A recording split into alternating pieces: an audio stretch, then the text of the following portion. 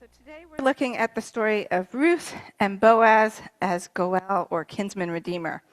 I'm going to go over a few Hebrew words here at the beginning so that you'll recognize them as we go along. So the first one, which you've been hearing these last weeks, is Goel. So you can all say it after me. Goel. Okay, good. The second is the word Hayil. Okay, good. So Goel was kinsman redeemer, right? Hayil can mean different things. So it can mean strength or power, ability, capability, or wealth. But it means a person that kind of carries all of those things. It's used to describe a person usually. Hayil, you can say it once more. Hayil. Okay, good. And then the other Hebrew word is the word menucha.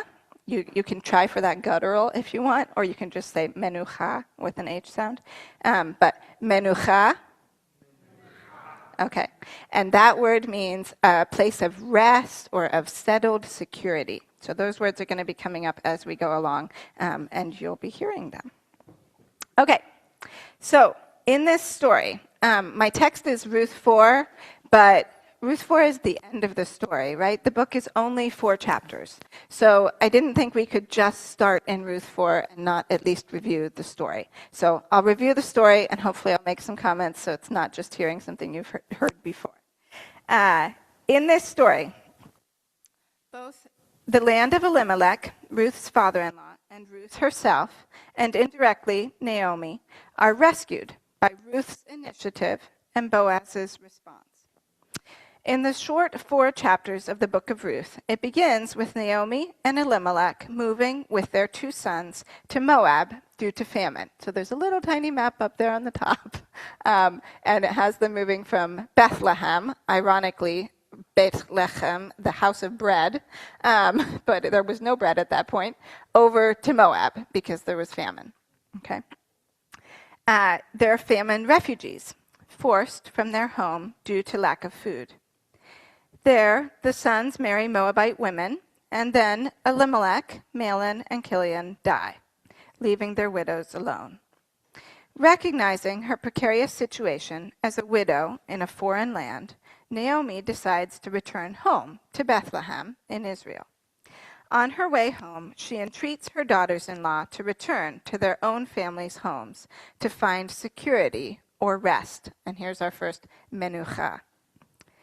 After some deliberation, Orpah agrees and leaves, taking the understandable path of returning to her own ethnic people and the safety of her family.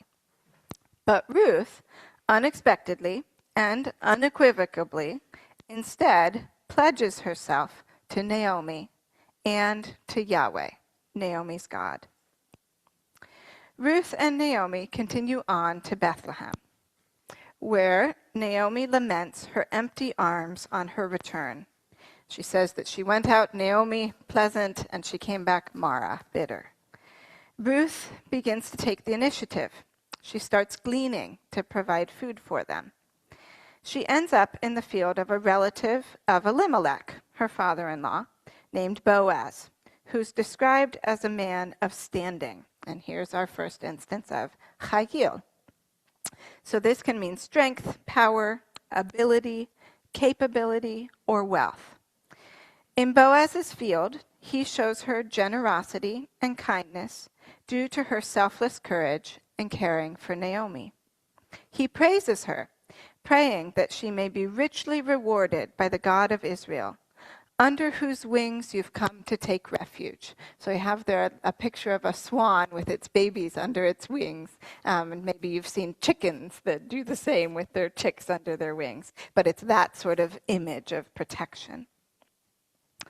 When she could have encountered opposition, prejudice, or even violence as an unprotected widow, and a foreigner on top of that, instead, she comes home after her first day in Boaz's field with half a month's wages for a male harvester, enough to feed both women for a week.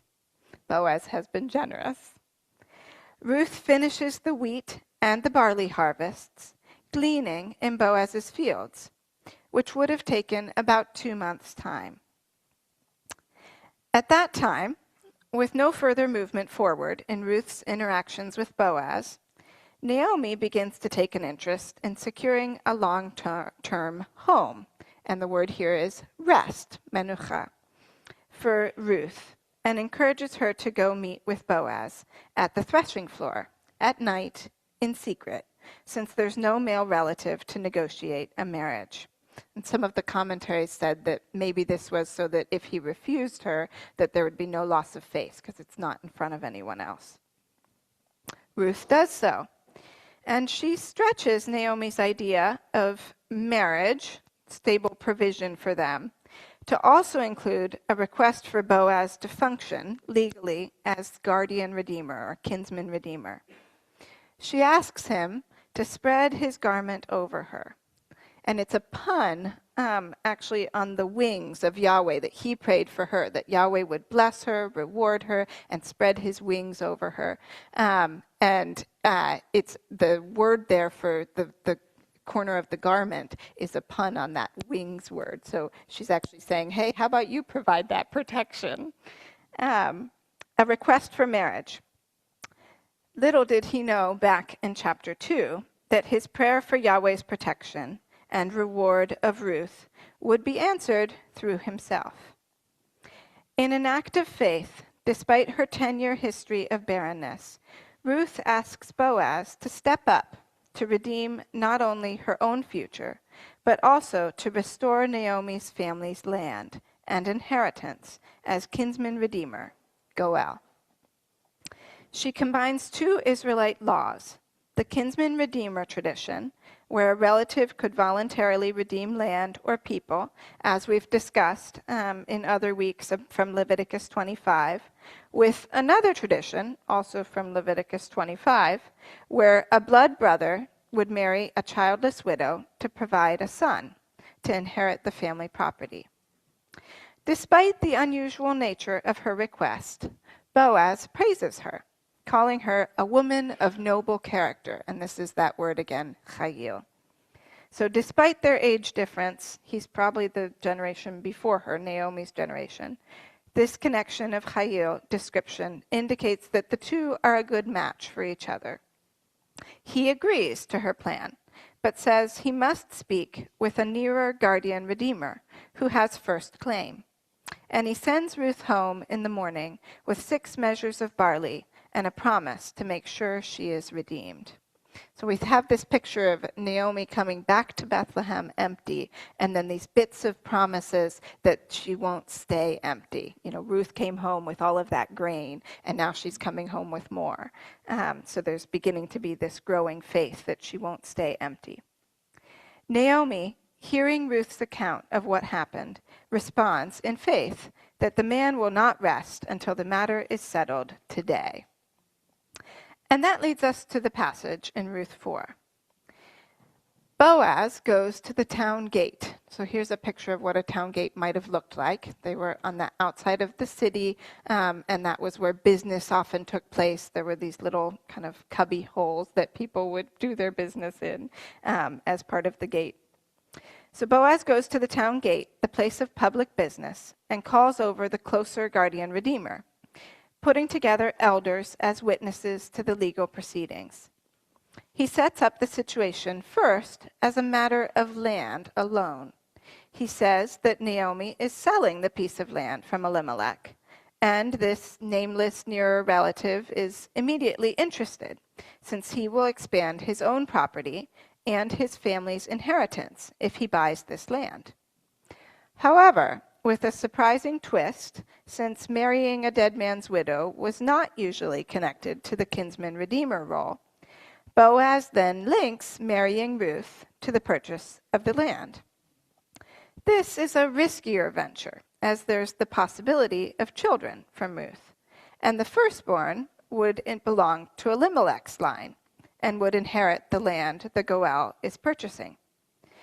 This, combined with the loss of the sale price, would not benefit the man or his own family's inheritance. So he decides not to do it.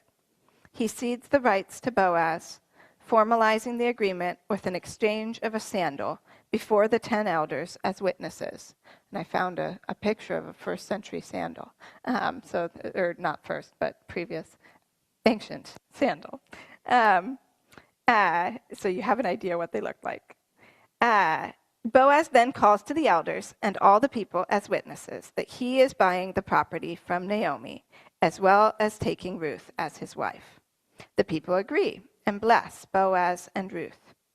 So it was thought that maybe the sandal had to do with the property because there were verses about everywhere you would walk, that would be your land. And so they thought that because the sandal had walked on this property that could belong to this person, that he's handing over then the rights to the property by handing over the sandal. It's interesting. We've been looking at the theme of rescue as we move through Eastertide, specifically with this term Goel, the Redeemer or Kinsman Redeemer. The story of Naomi and Ruth features the function of the Goel, rescuing the land and property, but also, more profoundly, rescuing and restoring Naomi and Ruth. So first we're going to look at the redemption of the land. Remember, the Goel was to redeem property that had been sold due to poverty, or even people who sold themselves into slavery due to their circumstances. This created space for several things for the person whose land was redeemed and for the person doing the redemption. First, it gave the person whose land had been sold the dignity of going back to providing for themselves on their own land through the generous commitment of their relative. It recognized that circumstances wouldn't always allow a person to provide for themselves without help from others. Second, it provided for each person a menucha, a place of security or rest. Naomi in Ruth 1:9 had said that she wanted Ruth and Orpah to return to their families' homes to find menucha. In Ruth 3:1, she plans for Ruth to meet Boaz at the threshing floor out of a desire for her to have a resting place. Naomi had experienced life as a foreigner and as a traveler. She wanted instead a place of belonging and rest, free from uncertainty and pain for her daughter-in-law, Ruth. Third, it created this role of Goel, a redeemer, and it's a chance for this relative to reflect God's image in a real way, his redeeming generosity, his desire to restore lost things and lost people, his openness to a deep and costly relational connection to his family members. And yet it did it in a dignified way, since it was a family member, a person already tied to the impoverished person who would provide for them. Our perspective on land, property, and possessions can be informed by these things. First, we need to balance a desire for each person or family to have the dignity of providing for themselves with the reality that circumstances don't always allow for that without outside help. Second, any of us who have moved can recognize Naomi's longing for a place of menucha, of settled security, a resting place, a promised land for a people weary of walking in the desert. Are you tired of wandering in the wilderness? Does your heart long to rest? All our longings for an earthly place to belong and rest, safe and anxiety-free, point us to our deepest longings for a heavenly home, which will be our true promised land. We are all sojourners, resident aliens, with a true home elsewhere. This can help us to identify with the foreigners, immigrants, refugees, the vulnerable people around us who are also not completely settled here. We reflect God's heart in our church's mission to focus on these vulnerable people, our dear friends, and part of our church family. Finally, as we think about land, property, and possessions, we need to be open to the possibility of God's call on us to reflect his image as someone who restores property for someone else. One commentator said, Yahweh's preferred method of getting things done is to work through his image bearers. Is God calling us to help restore something that was lost? A relationship, a chance for dignity and work to provide for one's family, a lost opportunity. Being a Goel might be costly. Boaz's interactions with Ruth, a poor foreigner, opened his eyes to ways he could be more generous, more open to fulfilling the spirit of the law of gleaning by feeding hungry people. But it did come at a cost to himself. But there are rewards too. Boaz is listening to Ruth's unique combination of the Levirate law with the role of kinsman redeemer, moving beyond the letter of the law to the spirit of what God intended these laws to do, led to a fruitful union with future descendants far beyond what either of them could have dreamed. How can we listen more openly to the oppressed, the poor, the hungry, the foreigner? How can we allow the insights of these friends shape how we interpret the law and what might result? Beyond just redeeming the land, however, Boaz and Ruth also moved to restore the family line of Naomi, acting in costly devotion and sacrificial love, chesed. We see in the book of Ruth that it takes initiative to do chesed. At the risk of financial cost to buy the land and paying the price to father a son for Elimelech, Boaz moves forward to marry Ruth and buy the land. With remarkable faith, after 10 years in a barren marriage, Ruth offers herself in a risky, innovative proposal in order to bear a son, for Naomi to have full arms again. Even Naomi herself, moved by Yahweh's provision through Boaz as Ruth gleaned, forms a plan for Ruth to marry, a plan that could result in the loss of the only support she has. This sort of chesed love, one commentator says, transforms legality into sacrificial love, gives life amid despair, and draws one deeper into the heart of Yahweh. Each of their willingness to act in chesed transforms the role of Ruth throughout the book. She starts off as a foreigner, the Moabitess. Then, when she's introduced to Boaz and Ruth too, she calls herself your servant. In chapter 3, when she proposes marriage, she calls herself a different word for a servant that implies marriageability and puts her more on an even social standing with Boaz. By chapter 4, after the arrangement with Boaz as kinsman redeemer is complete, she's recognized as his wife. Her standing as foreigner is now completely superseded by her belonging in the community. Boaz's treatment of her and willingness to align with her in restoring Naomi's family has completely changed her identity. Despite its transforming potential, acting in Hesed is not easy.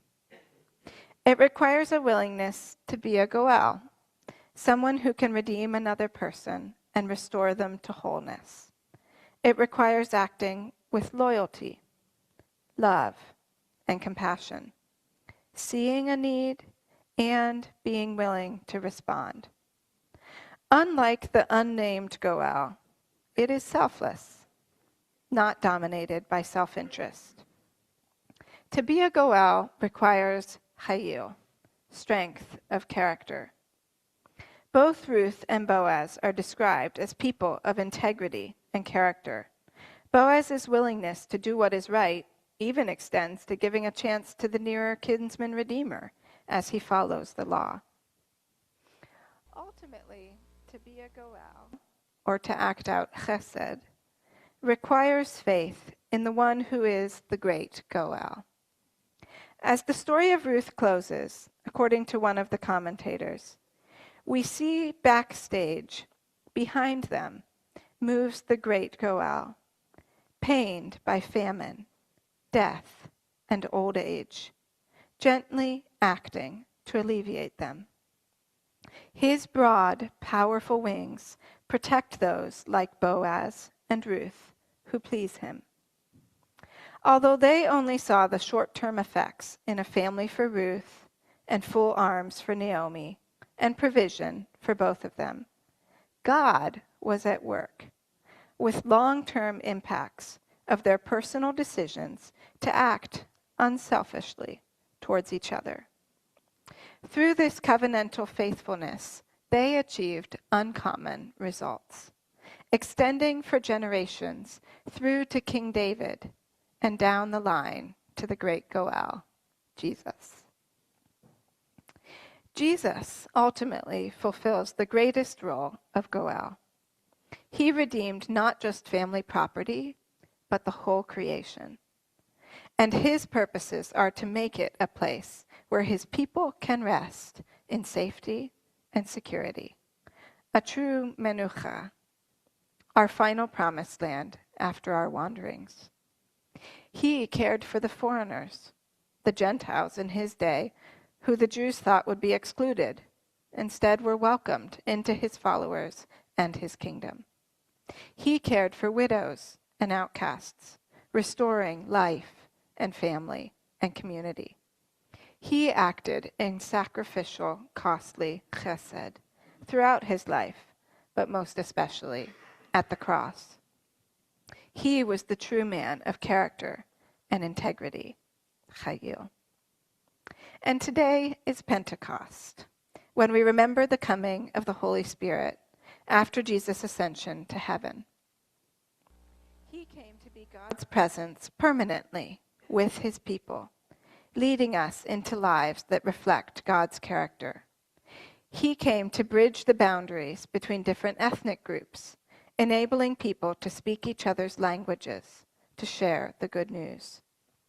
May his Spirit's wind and fire enable us to live lives of costly sacrifice, willing to move beyond the letter of the law for God's heart to be reflected in his world.